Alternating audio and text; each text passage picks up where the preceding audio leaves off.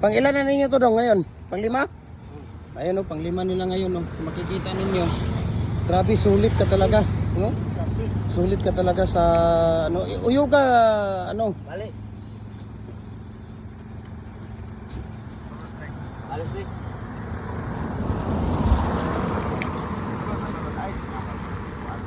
Balik lagi. Balik. Ayan o.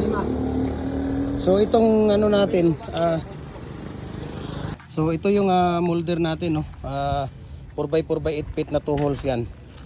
Detachable yan, pwede din gawing fix siya, no. Yan ang kagandahan ng detachable natin kasi pwede siyang gawing fix. Ito naman, ang 4x4x8 feet din natin na 4 holes. Detachable din ito. Ibig sabihin pwede siyang baklasin isa-isa, pwede ding hilain,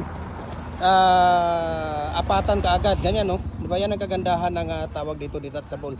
Pwede siyang babaklasin isa-isa, pwede ding bunutin na ano, na isang angat lang, no? Isang angat lang sa pagbubunot natin.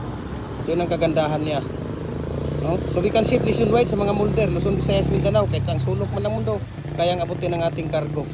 Okay, so ito yung ginawa nila ngayong araw na ito, no? So ngayon dahil tapos na sila dong, i-retouch mo to. Ayan, no? Dahil tapos na sila ngayong araw na ito, ngayon ang molder natin, hugasan po nila yan sa loob. Tingnan natin, si Kuya Ayan. Sige Kuya Ayan, hugasan mo muna yung molder sa ano, ayan, para matanggal yung mga latak dyan. Ayan, tingnan nyo, diba? Yun, Simple lang talaga to. napaka, hindi, marami pa, tingnan, hugasan mo ng gusto. Tama siya, reverse. Balik. Ayan, diba? Kasi pag itong hindi nakukuha yan, tingnan niyo yung latak ng simento. Pag hindi nakukuha yan, talagang problema kinabukasan yan. Napakapangit yung ating molder at hindi basta-bastang matanggal dahil didikit siya, no? Dahil kinabukasan, umaga, lagyan natin ng used oil yan, no? Every morning lang tayo naglalagay ng used oil. Yan po ang kagandahan ng ating molder. Okay? So hugasan pagkatapos gamitin maghapon, kinabukasan ng umaga, kailangan lagyan ng used oil para makinis yung ating puste at madali siyang bunutin. Ayan, kung makikita ninyo, napakakinis yan. Ayan, diba? Yung mga gawa nila, yung sa gilid. Ayan, tingnan ninyo yan. Yung gilid na yan, napakakinis, diba? Ayan, tingnan ninyo ito. Napakakinis yan. Ito yung gilid at pinaliktad nila kaninang umaga.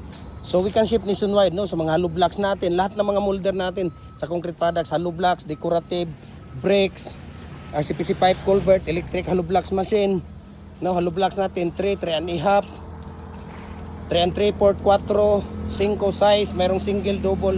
We can ship nationwide, Luzon, Visayas, Mindanao. I-message nyo lang ako, i-share ko sa inyo ang price list sa shipping details dito. Tapos i-follow nyo yung Facebook page natin at saka yung YouTube natin, TikTok at saka Facebook na account natin dahil nandun lahat ang ratio ng ating mga mixing. Okay, lahat ng ratio, mixing tips sa paggawa sa lahat ng mga concrete products namin, sa mga bricks, decorative, mon, dragon fruit post, fence concrete post, RCPC pipe, lahat po, no? Nandoon po naka-upload ang mga tutorial natin. I-follow niyo yung Facebook page natin, Jim Hardware ang Kukulambera Concrete Products, Balulang Brands, Jim Hardware ang Kukulambera Concrete Products, Kanituan Brands, AAA and F Kukulambera ang ating personal Facebook account, Felix Tan Pagikan Jr., ang ating Instagram, Felix_Pagikan 2000, at saka yung ating TikTok at Jim Hardware Cagayan de Oro or Felix Tan Pagikan Jr. Ayan, so para po updated po kayo, no? Ayan, so pagkatapos gamitin, ito lang po ang gagawin natin maghapon. Pagkatapos gamitin, no, hugasan ang loob para kinabukasan lagyan ng used oil para simulan ulit ang ating paggawa ng mga poste. Maraming salamat, sana nakatulong itong video na to at maraming salamat. God bless po sa ating lahat.